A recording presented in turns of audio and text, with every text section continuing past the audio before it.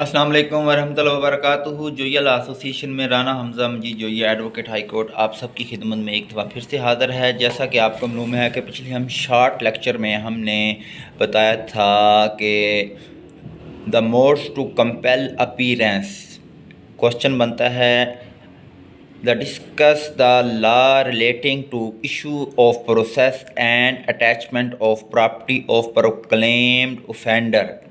Question इस तरह से भी आ सकता है what are the different modes of production of accused before a court, यानी कि मुल्ज़म को इश्तिहारी मुल्ज़म को कोर्ट में किस तरह पकड़ के लाया जा सकता है, उसका क्या क्या तरीक़ेकार है, उसको कौन से सेक्शन डील करते हैं।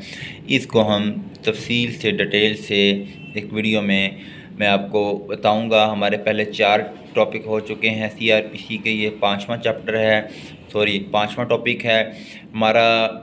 इससे पहले ख़त्म हो चुका है, पुलिस आर्डर ख़त्म हो चुका है। अब हमने पीपीसी, क्यूएसओ और सीआरपीसी को इंशाल्लाह इसी मंथ के अंदर कोशिश करूँगा ख़त्म करूँगा। रोज़ाना हर बुक का एक एक लेक्चर तो लाजमी, नहीं तो कभी 2 कभी 1 कभी 2 रोज़ाना की बुनियाद पर इंशाल्लाह ताला हम हर किताब का एक एक क्वेश्चन कंपल्सरी करेंगे।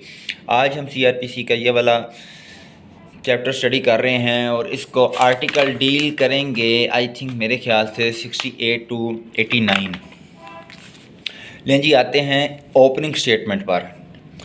It is the general rule of law to give information to the person accuse regarding an offence to which he is charge. Law का ये एक जनरल रूल है कि किसी ऐसे मुल्ज़म को इन्फॉर्म किया जाए कि उसके ख़िलाफ़ क्रिमिनल केस चल रहा है और वो अदालत में हाज़िर हो। अगर वो फिर भी अदालत में हाज़िर नहीं होता, this information can be given to him, ये इंफॉर्मेशन उससे प्रोवाइड कर दी जाएगी through the medium of process. For example क्या तरीक़ाकार होगा, वारंट के ज़रिए, समन के ज़रिए, which can be used by the court, जो कि कोर्ट का तरीक़ाकार होगा। टू कंपेल अपीरेंस, उसे मजबूर करके, ऑफ एन अक्यूज पर्सन को बिफोर द कोर्ट, कोर्ट के सामने पेश किया जाएगा। मुल्ज़म को इन्फॉर्मेशन देना कि आपके ख़िलाफ़ एक क्रिमिनल केस चल रहा है, आपको कोर्ट में हाज़िर होना है, वरना आपके ख़िलाफ़ वारंट और समन जारी किए जाएंगे जो कि अदालत आपको भिजवाएगी। ऐसे मुल्ज़म को मजबूर करके हथकड़ी लगाकर भी अदालत में पेश किया जा सकता है। ये इसका छोटा सा इंट्रोडक्शन था। कहते हैं रेलिवेंट प्रोविजन इनको डील करेंगे सेक्शन 68 टू सेक्शन 89 सीआरपीसी 1898। आगे आ गया जनाब, इसकी जो डेफिनेशन है वो एक केस लॉ है, डार्सबाई वर्सेस डेंट्सबाई 222 GA 118। Process is defined as any means used by court to compel appearance of a defendant before it or a complainant with its demand. Complainant की डिमांड पर डिफेंडेंट को compel करके court में appear किया जा सकता है। अब आपको डेफिनेशन की भी समझ आ चुकी होगी। डेफिनेशन क्लास के बाद हम डायरेक्ट आते हैं मोड्स टू कंपेल अपीरेंस। क्या तरीक़ेकार हो सकते हैं, क्या मोड्स हो सकते हैं किसी ऐसे बंदे को जो कोर्ट में पेश ना हो रहा हो, तो उसे किन किन तरीक़ों से कोर्ट में लाया जा सकता है। Following are the different modes to compel appearance of a person. Class A summons के ज़रिए, क्लास 2 वारंट और अरेस्ट, उसका वारंट जारी किया जाएगा या उसे अरेस्ट करके लेके आया जाएगा। Class 3 proclamation for person absconding, अगर कोई शख्स मिल नहीं रहा, इश्तिहारी हो गया है, उसका क्या तरीक़ेकार है। ज़ाहिर सी बात उसकी प्रॉपर्टी अटैच कर ली जाएगी, अगर वो आ गया है तो ठीक है, नहीं तो उसको फ़रोख्त कर दिया जाएगा। ETC जो कुछ भी है वो इंशाल्लाह हम डिटेल से इसी टॉपिक के अंदर डिस्कस करेंगे। मेन हेडिंग 5 है, उसमें पहले हम डिस्कस करते हैं क्लास ए को, क्लास 1 को, समन्स को। According to Black's law dictionary summon की डेफिनेशन है, summon used to notify the defendant that an action has been instituted against him and that he is required to answer to it at a time and place, यानी कि complainant की तरफ से defendant को बदरिया court एक समन जाएगा कि आपके ख़िलाफ़ केस चल रहा है और आप कोर्ट में पेश हों। सेकंड मोड है फॉर्म ऑफ समन, समन की फॉर्म्स क्या हैं। In roman 1 in writing shape में होगा। इन डुप्लीकेट कापी होगी। Signed and sealed by the presiding officer of the court or of such other person as the high court may direct, यानी sign होगा, seal होगा और signature होगा। Seal मतलब बंद होगा लिफाफे में। डुप्लीकेट कापी, साइन किसके होंगे, प्रिजाइडिंग ऑफिसर कौन होगा, जज होगा, मजिस्ट्रेट होगा। यह हाई कोर्ट के ऑर्डर के मुताबिक है। क्लास 4 कहती है it should mention the time and place of the offence committed, उसमें वो जगह भी और ऑफेंस मेंशन किया जाएगा जो उसने कमिट किया होगा, जो उसके ऊपर एलिगेशन लगा होगा। क्लास 3 कहती है summons by whom serve, summons को सर्व कैसे करना है। फॉलोइंग पर्सन में सर्व द समन, कौन कौन से बंदे समन को सर्व कर सकते हैं। क्लास 1 पुलिस ऑफिसर, कोई भी पुलिस ऑफिसर जिसे कोर्ट कहे। Class 2 officer of the court, कोई भी कोर्ट का ऑफिसर, स्टाफ, अमला on subject to such rule, जो कि रूल्स के मुताबिक होगा। एट द प्रोविंशियल गवर्नमेंट, जो कि प्रोविंशियल गवर्नमेंट ने में प्रेस्क्राइब बयान किए होंगे। क्लास 3 पब्लिक सर्वेंट, किसी भी पब्लिक सर्वेंट के ज़रिए। Class 4 complainant or accuse to his own witnesses on his application to the court, complainant और विटनेसेस के जो गवाहान होंगे उनके ज़रिए भी समन को सर्व किया जा सकता है। क्लास 4 है जी समन्स हाउ सर्व, समन्स कैसे सर्व करना है। The summon are served in the following ways. Number 1 personal service, the summon shall be served personally on the person summoned by delivering or tendering to him one of the duplicates of the summons if it is practicable, जो complaint होगा वो खुद भी समन personally तौर पे अभी सर्व कर सकता है। Class 2 service of an incorporated company और अदर बॉडी कॉर्पोरेट, अगर कोई कंपनी है उसके अंदर कोई बंदा मुलाजमत जॉब कर रहा है तो उस कंपनी का जो हेड होगा उसके नाम पे समन जारी किया जाएगा। क्लास 3 कहती है सब्स्टिट्यूटिव सर्विस, सब्स्टिट्यूटिव सर्विस होती है मुतबादिल service, where the person summon can not be found by exercise of due diligence, then the summons may be served by leaving one of the duplicates for him with some adult male member of his family, and such person shall sign the receipt on the back of the other duplicate। समन की जो बंदा समन लेके जाएगा उसके पास समन की 2 duplicates होंगी। एक duplicate उस घर के किसी adult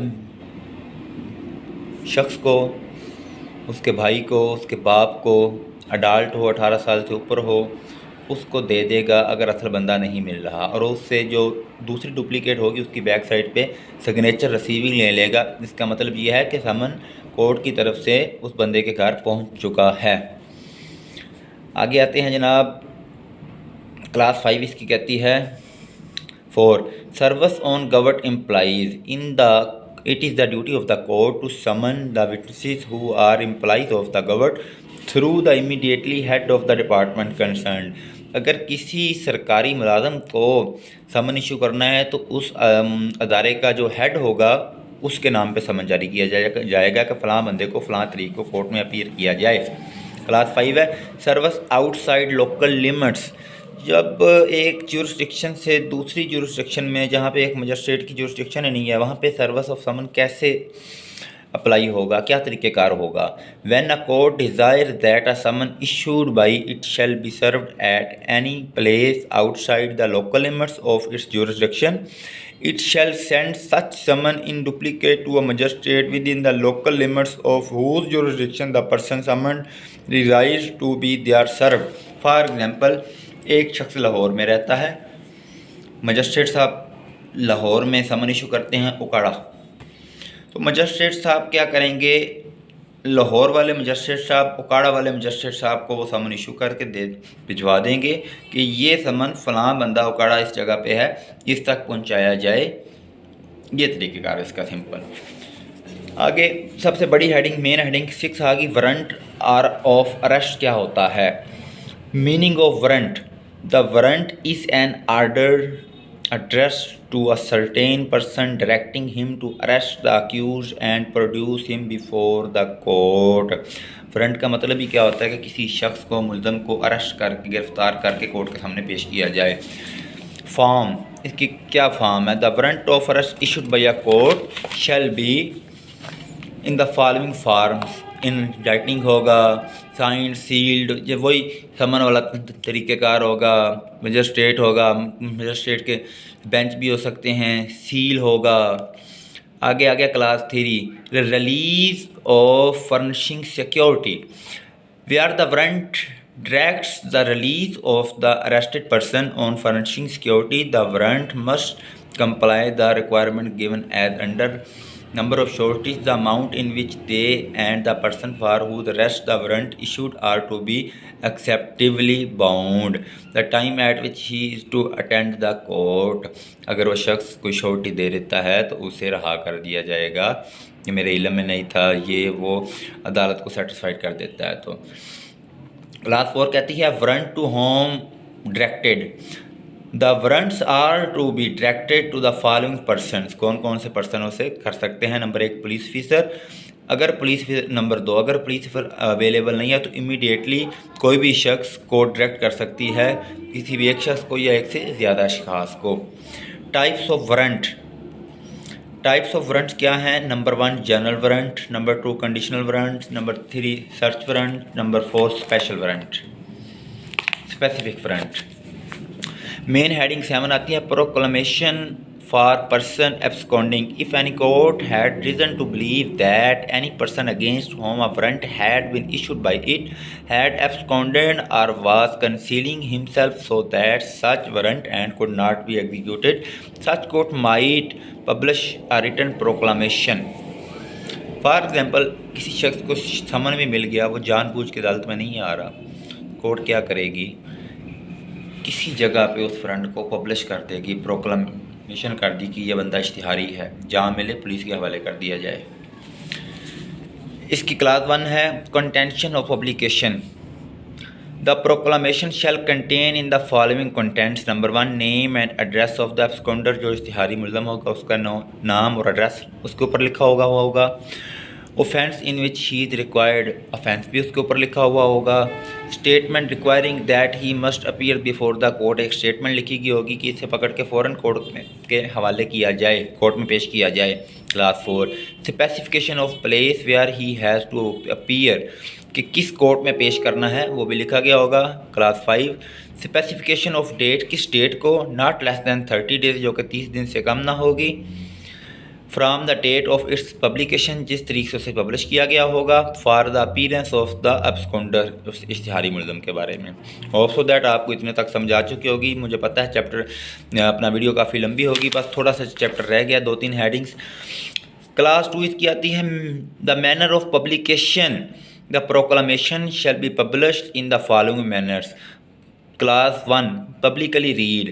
The proclamation shall be read to the public in some conspicuous place। Simple अल्फाज में बता देता हूँ, जहाँ पे वो शख्स रहता होगा उसके इर्द गिर्द ऐसी जगह पे लगा दिया जाएगा जहाँ पे हर गुजरते हुए शख्स की निगाह पड़ सकती हो, ताकि लोगों को पता चल सके कि ये फ़लाँ बंदा इश्तिहारी है, कि जहाँ कहीं भी नज़र आए इसे पकड़ के पुलिस के हवाले कर देना है। या उस शख्स को भी इल्म हो कि उसने वो रोज़ उस रास्ते से गुज़रता हो तो वो समन उसको देख ले और वो कोर्ट में खुद ही अपीयर हो जाए। Class 2 affixation at some conspicuous part of home. उसका जो घर होगा जिसको समन सर्व करना है उसके घर के करीब भी पब्लिश किया जाएगा। क्लास 3 कहती है affixation of copy of the at the court. Summon उसकी एक कापी कोर्ट के दरवाजे के ऊपर लगाई जाएगी। क्लास 3 कहती है written statement by court. A magistrate should make the endorsement or written statement validating the proclamation. जो रिटन स्टेटमेंट है वो भी मजिस्ट्रेट दे सकता है। फिर एंड पे कंक्लूडिंग स्टेटमेंट आ जाएगी। कंक्लूडिंग स्टेटमेंट में वही हमने लिखना है the pith and marrow of all the previous discussion there is no iota untruth shows that. आगे फिर हमने समन्स के हवाले से, वारंट के हवाले से, और इनका जो ऊपर हमने पढ़ा है उसकी डिटेल दे के एक पेज कंप्लीट करके क्वेश्चन को कंक्लूड कर देना है। लें जी, अगले लेक्चर तक के लिए जोया लॉ एसोसिएशन की तरफ से राना हमदम जी जोया को इजाज़त दीजिएगा। पाकिस्तान जिंदाबाद। अल्लाह हाफिज़।